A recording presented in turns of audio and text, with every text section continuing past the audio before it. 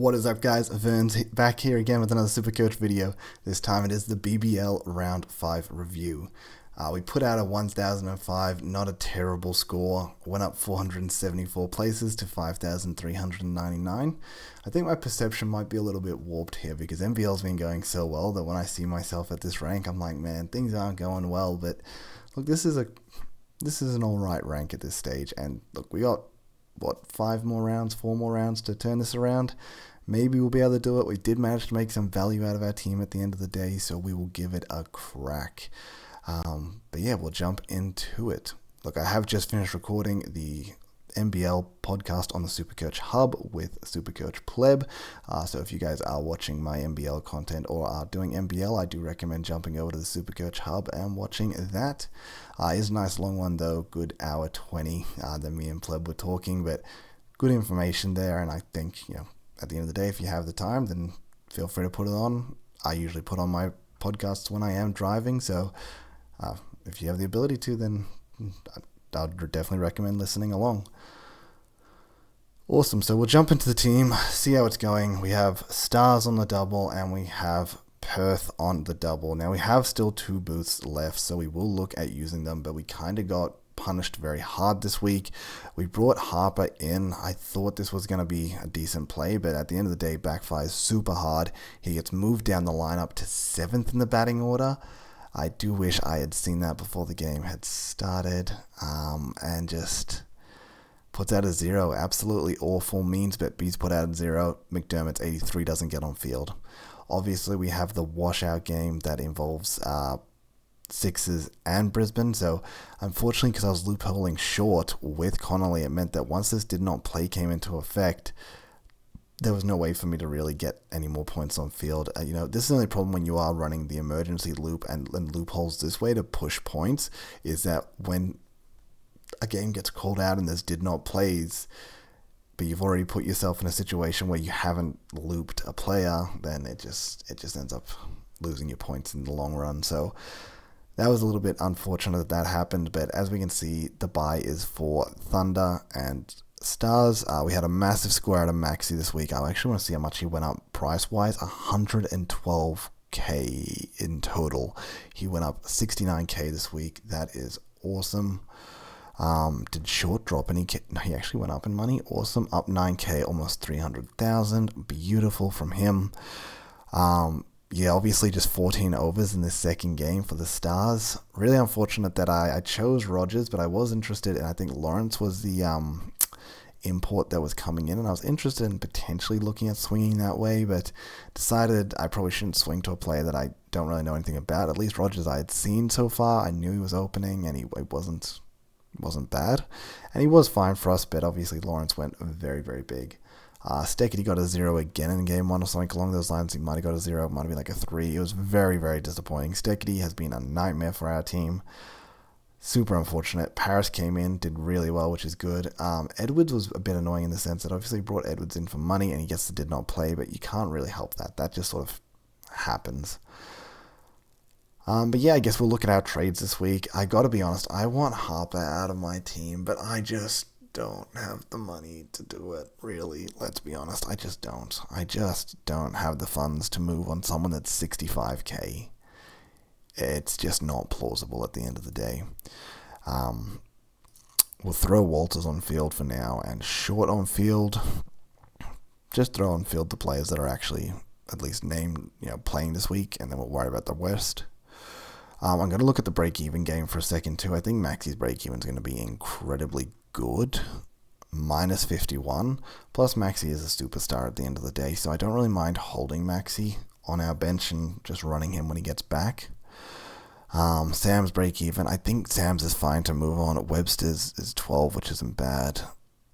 Paris's is okay.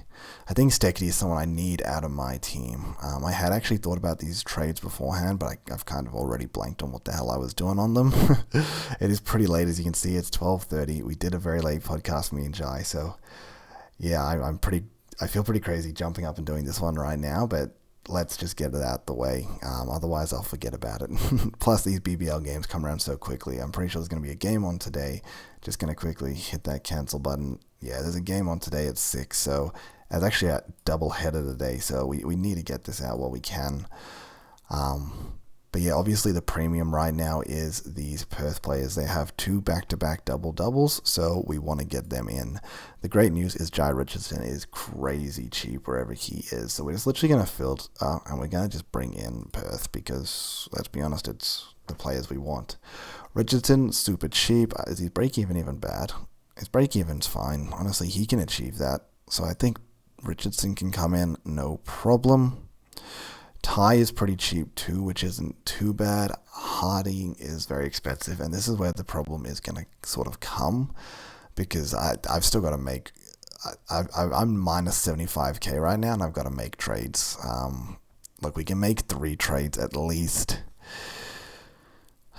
Maybe I just move Maxi and look at getting him back next week. That seems a bit redundant.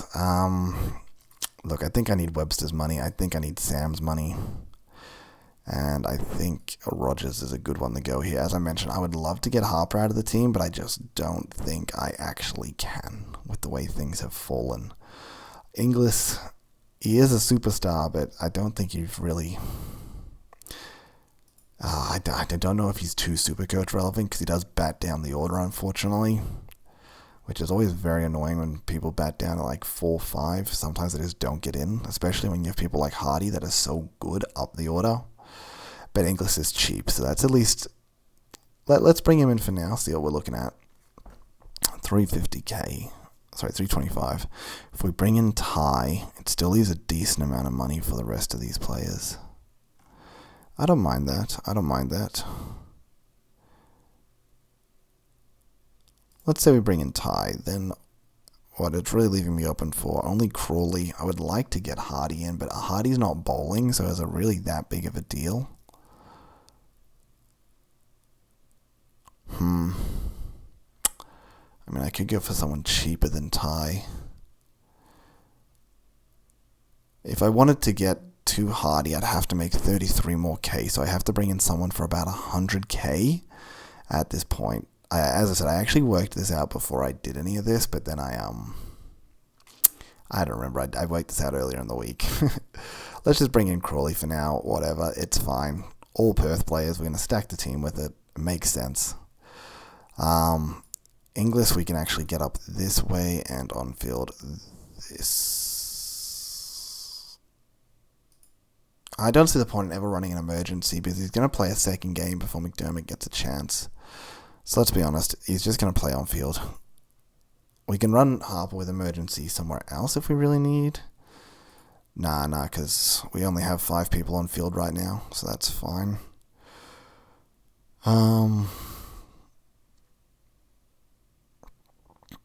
And then we have 6 down here, actually. So we actually do, I guess, have enough people playing.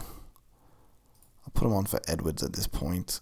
Edwards plays in the first game. Plays in the first game, and I can emergency him. So we can emergency him. I definitely need to emergency someone up here.